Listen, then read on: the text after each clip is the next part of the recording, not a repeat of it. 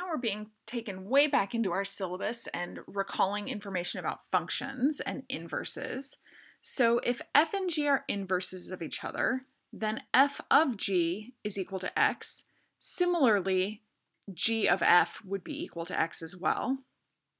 So if I differentiate both sides of this using chain rule, well, derivative of the outside is going to be f prime of g of x times derivative of the inside, which is g of x, and then derivative of x is just 1.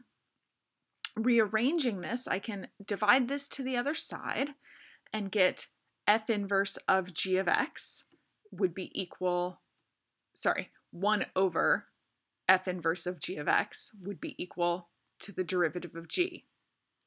So if I think about my inverse functions of f of x equals e to the x and g of x being ln of x, then the derivative of ln of x is going to be equal to 1 over the derivative of f of x, substituting g of x.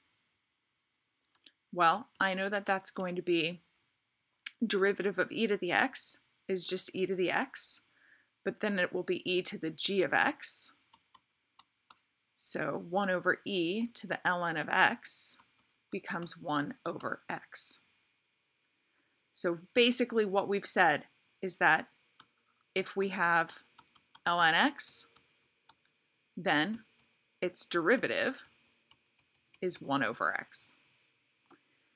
We could continue this with f of a to the x, g of x being log base a of x.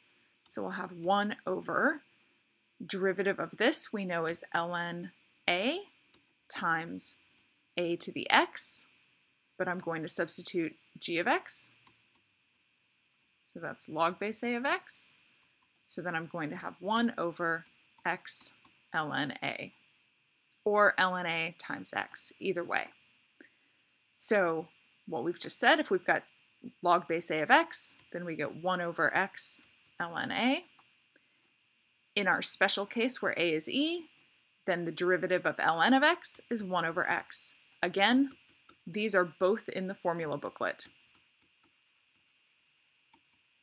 So we don't need to memorize them, although the proof of this is rather elegant, and so understanding this proof, I think, is the more important part.